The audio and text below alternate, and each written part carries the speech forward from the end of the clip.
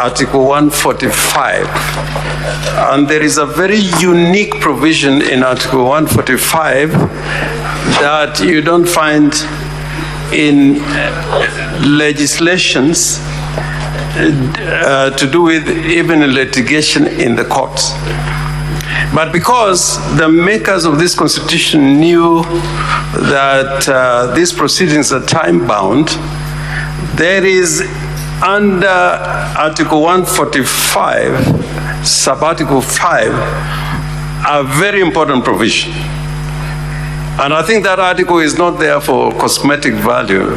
That article is read: the Deputy President shall have the right to appear and be represented before the special committee during its investigation. Now, the point that I want to make, that not in a lot of legislation you find the right to be represented highlighted, because the Deputy President can elect to be represented either by his advocate or by him appearing in person, or having both the Deputy President and his advocate to appear. Now, I want to put before the Senate, because a lot of you have this problem a lot of time during the elections. If, in accordance with the election law, you are required to subscribe your nomination papers on a certain day, and you fail it, you're running for president or deputy president, and you're told that you must present your nomination papers on a certain day, as it is there in the law, would you feign sickness and fail to represent your nomination papers on that particular day?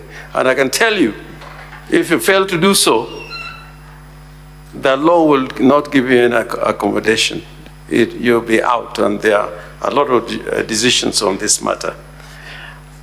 I want to talk to this Senate very frankly, that Senior Counsel Mwite was basically giving evidence. He has not told us where, or if he has told us, the medical institution where the Deputy President is.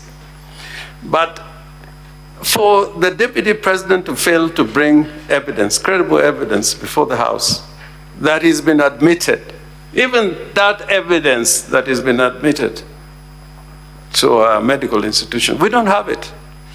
We will rely on the evidence from my senior counsel, Paul Mwite. That is evidence. But in practice, I can say without a fear of contradiction, there are many times where people are represented even in medical documents, and later on they've been found to be fake, if I may use that word. I think that the Deputy President should have done, we should have had one of the doctors here, at least to tell us about his admission and about his condition, because up to 1:15, the Deputy President was here. He was not evacuated from here in an ambulance. And if I can give evidence from the bar, he went to his office, and again, there's no evidence that he was evacuated in an ambulance. He went to Karen Hospital in himself to check at the hospital.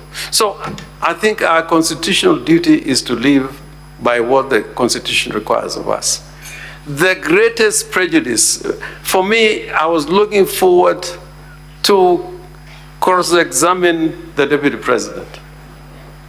But unfortunately, the story that has been told does not include cross-examination of the evidence of the Deputy President, which is on record. But because we are time-bound, and as my London friend Eric Gumba said, we are prepared to go by the evidence in record. The prejudice is to us. The sickness of the deputy president is affecting us more because we would want to cross-examine him. But he has evidence in record which we cannot test by the way of cross-examination.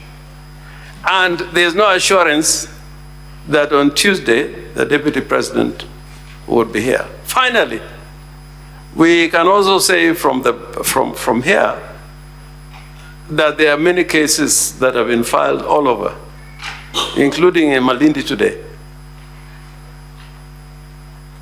That has to do with the proceedings that are going on here. So I am in a position to say that this health condition in which the deputy president is, and I sympathize, may be opportunistic in the absence of medical evidence from a doctor. It may be opportunistic. And I saw him when he came in. I'm not a doctor, but there was nothing to suggest that he was in the condition that Honorable Counsel has been talking about. So do the senators now turn into a jury to make a decision on the basis of evidence presented from the bar by senior counsel without no documentary proof of where the deputy president is and what ailments is suffering for? I think the more important duty for this Senate is to comply with the Constitution. And we urge you to comply with the Constitution and proceed with the hearing of these impeachment proceedings. Thank you. Senior Counsel Paul Mwite.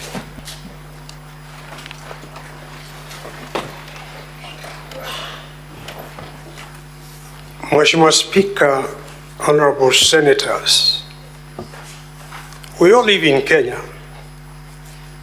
and I would like to make this submission. These gadgets we have here capture every word uttered accurately, so that if I was found tomorrow to have lied to these senators, sanctions can be brought on me.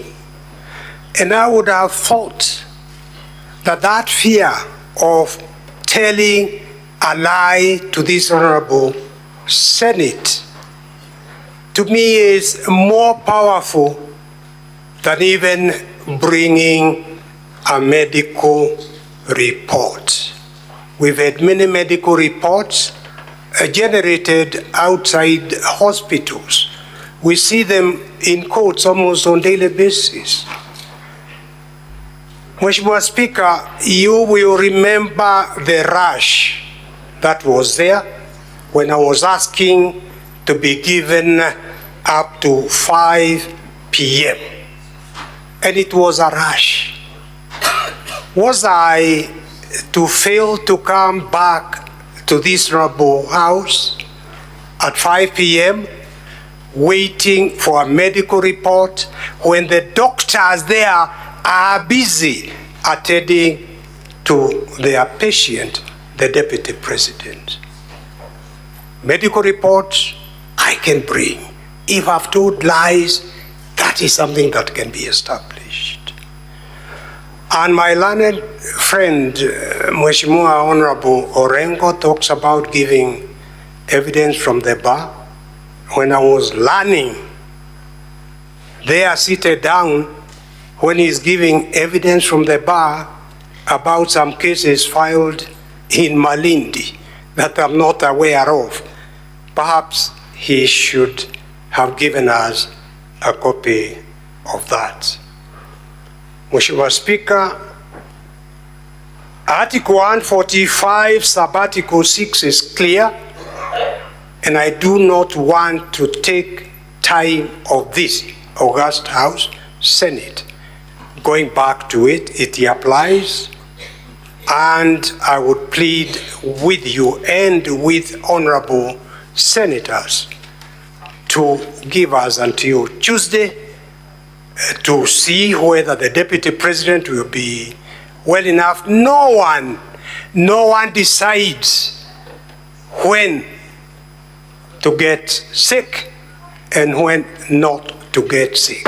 I am sure many honorable senators here will have a story of their shock because of having spent an evening with somebody, then the following day they hear that the person is gone. Yet that person was looking good and healthy. Let's be humane. Let's be compassionate. Tuwe na utu kidogo. Tuesday, the heavens are not falling down to join with the earth. I thank you, Mheshimiwa Speaker. Senior Counsel Paul Mwite, there is a hypothetical question that was raised by Senior Counsel Orengo. Assuming, and just an assumption, assuming the Senate is inclined